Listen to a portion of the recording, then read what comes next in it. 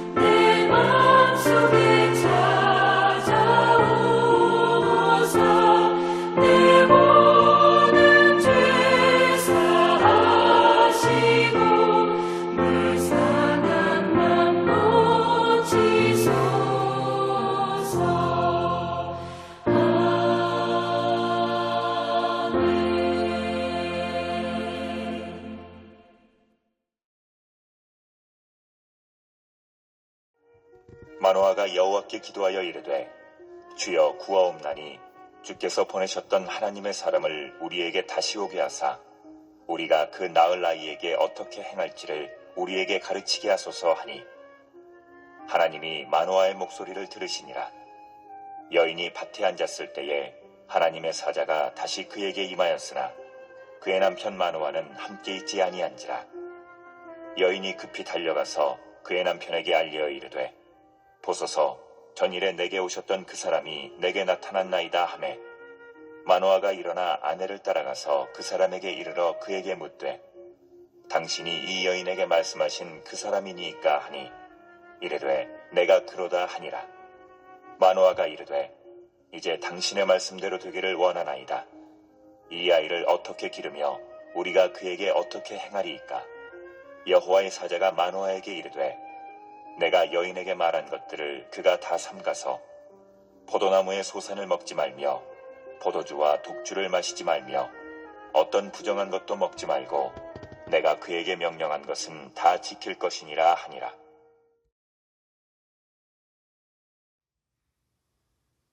이스라엘은 다시 배역합니다. 이스라엘이 다시 여호와의 목전에 악을 행했다. 이런 문장은 사사 사이클에 빠짐없이 등장합니다. 하나님은 이스라엘을 블레셋의 압제에 넘기셨어요. 블레셋은 가나안 땅 남서부 지역이자 지중해 연안에 자리 잡은 민족으로 입다 시절 이스라엘이 섬기는 이방신 목록에 블레셋 신이 거론됨으로써 하나님의 심판으로서 블레셋의 압제가 예고되었었습니다. 이때 암몬의 압제도 함께 언급되었고 입다 때 암몬의 핍박이 있었던 점을 고려하면 이스라엘에 대한 블레셋의 압제가 이미 그때 시작되었을 가능성이 있습니다.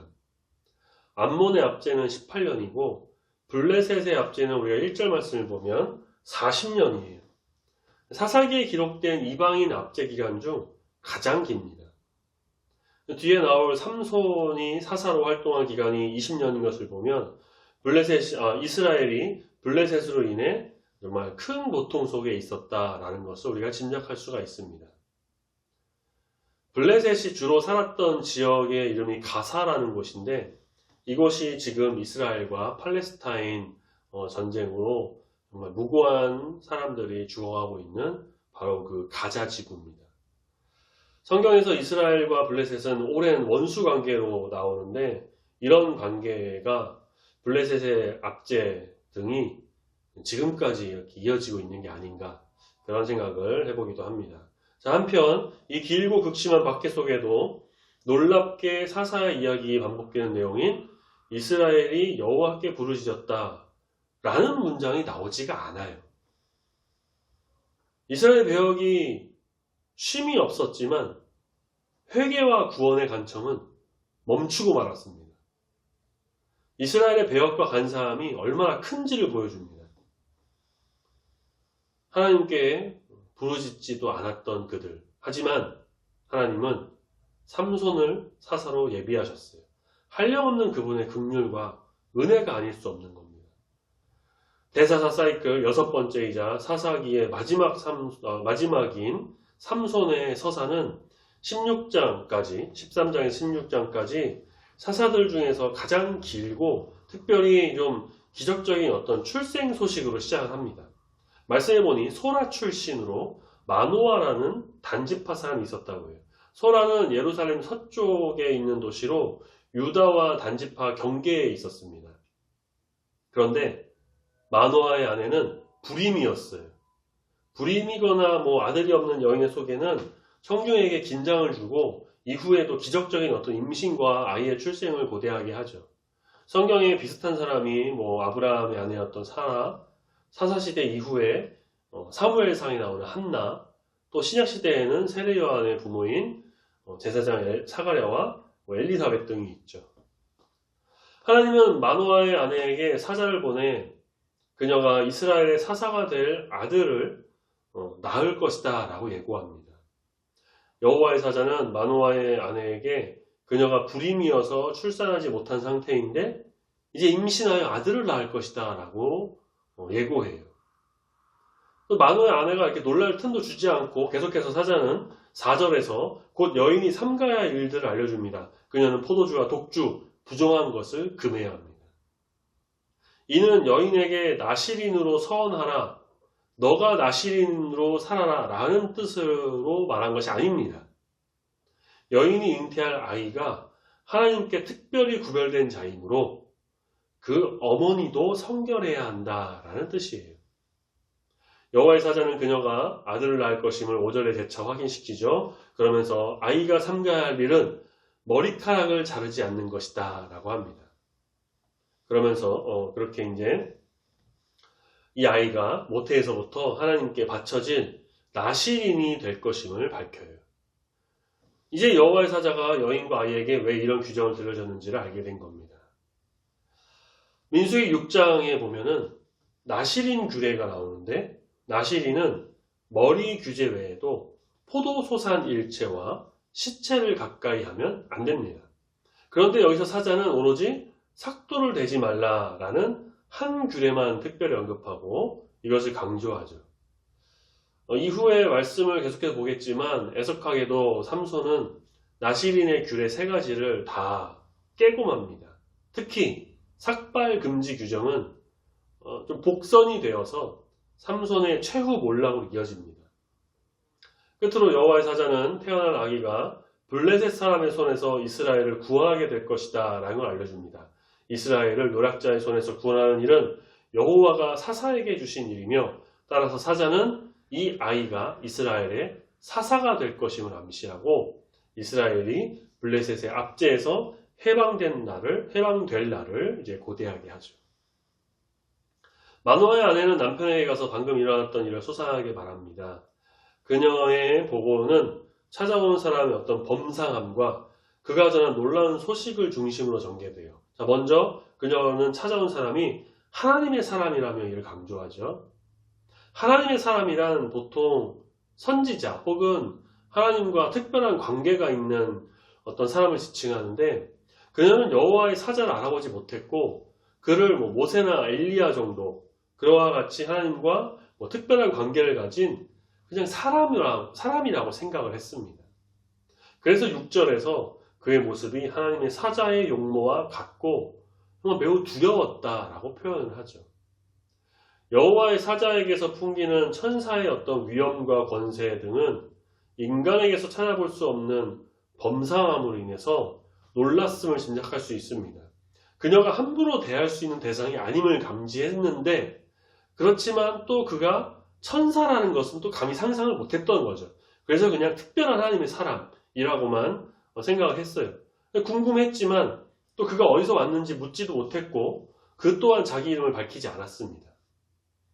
마노아의 아내는 아이가 태어서부터만이 아니라 죽는 날까지 하나님의 나실인이 될 것이다 라고 남편에게 전해요. 이 죽는 날까지란 말은 아내가 덧붙인 말이에요. 아직 태어나지 않은 아이의 죽음에 대한 언급은 그의 죽음에 대한 어떤 복선 역할을 하기도 합니다.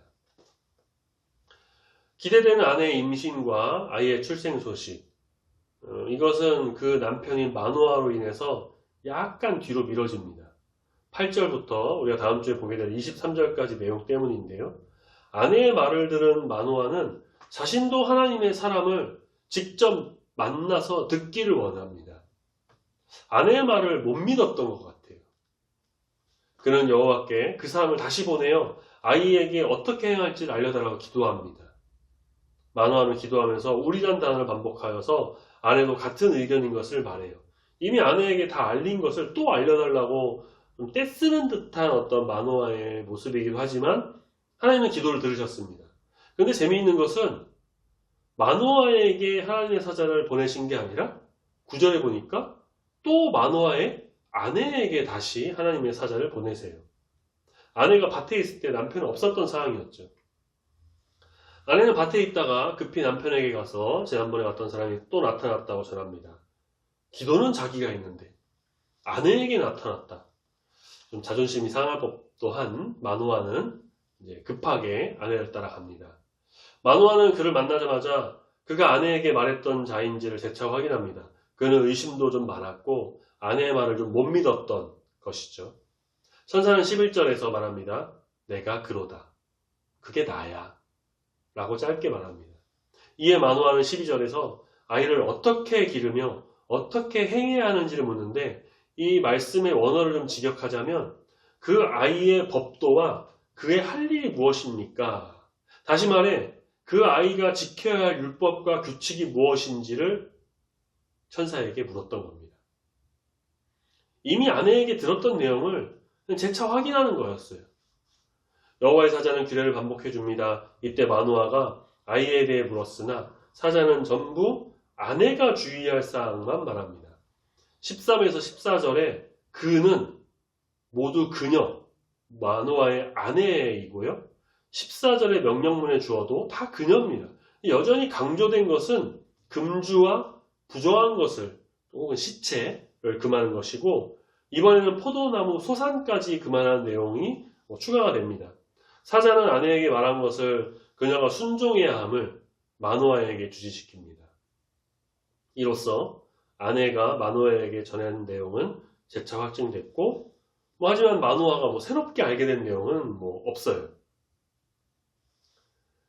이스라엘의 죄악은 반복되고 그럼에도 사랑하신 하나님께서는 하나님께서 보내시는 이 사사기에 나오는 마지막 사사 삼손 사사기에서 기드온 300용사만큼이나 가장 흥미진진하고 잘 알려진 인물이기도 합니다. 참고로 이스라엘 전체를 두고 가장 맨 마지막 사사라고 할 수 있는 사람은 삼손이 아니고 사무엘입니다.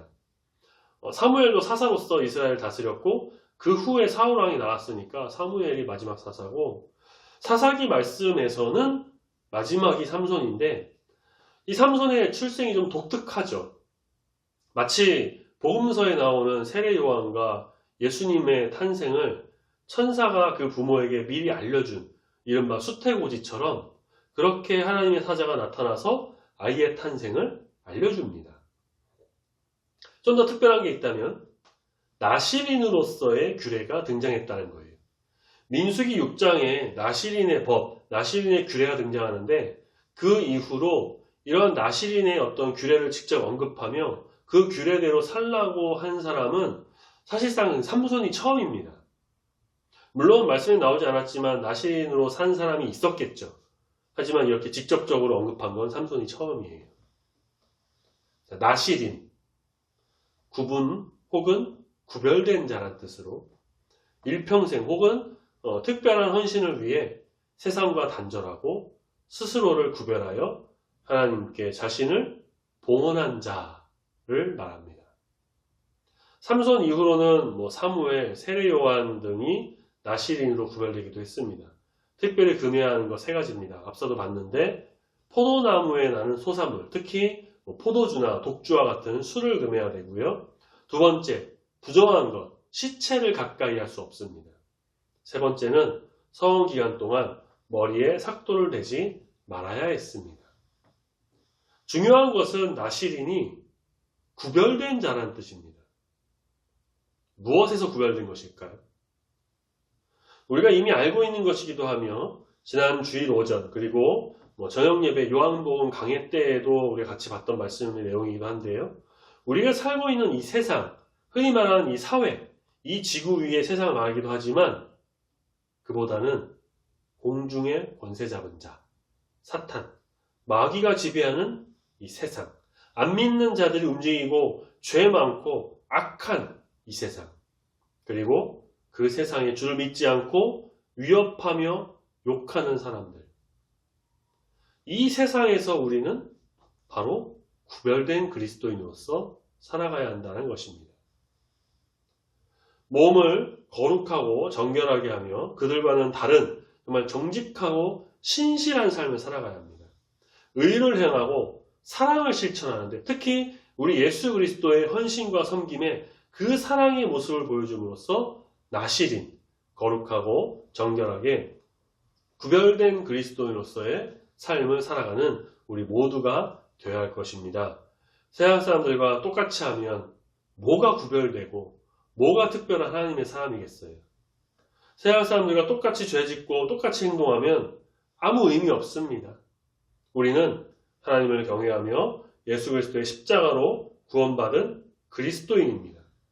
구별된 그리스도인. 다니엘이 바벨론의 포로로 끌려갔음에도 거기서 그들처럼 행하지 않고 몸과 마음을 구별하여서 하나님께 드리고 기도하며 나갔던, 그래서 큰 은혜를 입었던 것처럼 우리가 악하고 죄 많은 이 세상 속에서 살아갈 때에 정말 나시린이 되어서, 나 자신도 나시린이 다 되어서 세상과는 구별된 참된 그리스도인으로서 굳건히 서가는 주의 성도가 다 되어야 할 줄 믿습니다. 세상은 여전히 우리를 비난하고 넘어뜨려 하겠죠.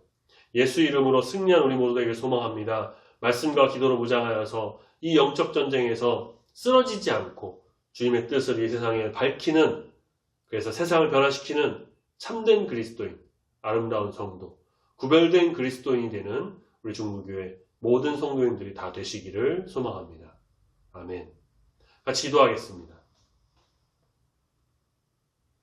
하나님 아버지 감사합니다. 사사기 말씀을 우리가 계속해서 묵상하며 우리 주님의 뜻을 알아감으로 주 앞에 온전히 세워지게 되게 하심을 감사합니다. 입다를 비롯한 여러 사사가 지나가고 하나님의 구원의 역사를 경험하였음에도 여전히 이스라엘은 하나님을 배역하고 죄를 짓고, 그래서 말씀에서 블레셋에게 압제당하는 모습을 우리가 보게 됩니다. 그런 그들을 또 긍휼히 여기사 구원자 사사를 보내시는 우리 주님의 한량없는 은혜, 우리에게도 부어주시는 그 은혜에 감사합니다. 특별히 삼손을 부르실 때 나시린으로 부르신 모습을 우리가 보게 됩니다. 주님, 우리는 모두 주의 거룩한 성도이며 주님의 뜻을 따라 나가는 그리스도인, 구별되고 참된 그리스도인, 나실인임을 우리가 고백합니다.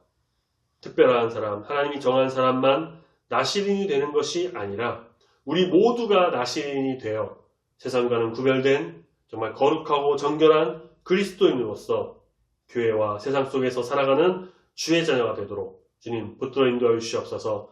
세상과 타협하며 세상과 똑같이 죄짓고 그런 모습을 보이는 것이 아니라 내가 맡은 일에 최선을 다하고 열심을 다하고, 그래서 세상 사람들에게 부족함이 없는 모습을 보이며 몸과 마음을 거룩하고 정결하게 섬김과 헌신의 사랑을 보여주고 실천함으로써 정말 참된 그리스도인의 모습이 무엇인지를, 구별된 그리스도인이 어떤 자인지를 밝히 보여 아름다운 주의 뜻을 세워나가는 우리 모두가 되도록 주님 붙들어 인도하여 주시옵소서. 세상을 변화시키는 참된 성도가 되기를 소망합니다. 함께 하시고 힘을 더하여 주시옵소서. 주님 남은 한 주간도 우리 주의 보호하심 속에서 지내고 늘 감사와 찬송 올려드리는 중부교회 모든 성도가 되기를 소망합니다. 함께 하심을 감사드리며 거룩하신 예수님의 이름으로 기도드립니다. 아멘.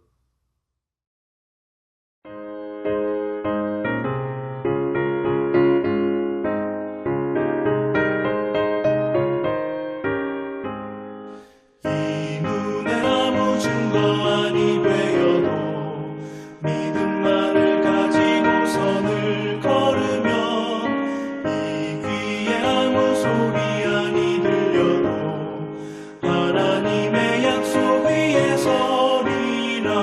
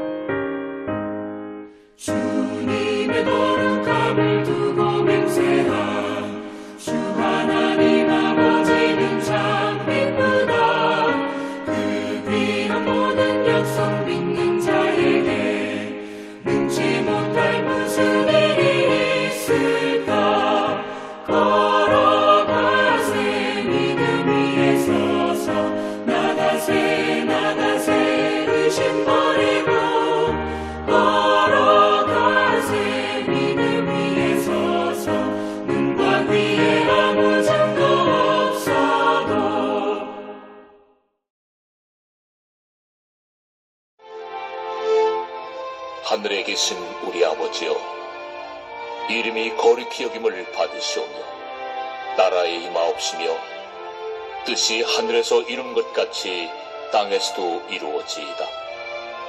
오늘날 우리에게 일용할 양식을 주옵시고 우리가 우리에게 죄 지은 자를 사하여 준 것 같이 우리 죄를 사하여 주옵시고 우리를 시험에 들게 하지 마옵시고 다만 악에서 구하옵소서.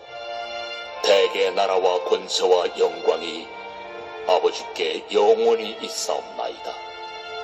아멘.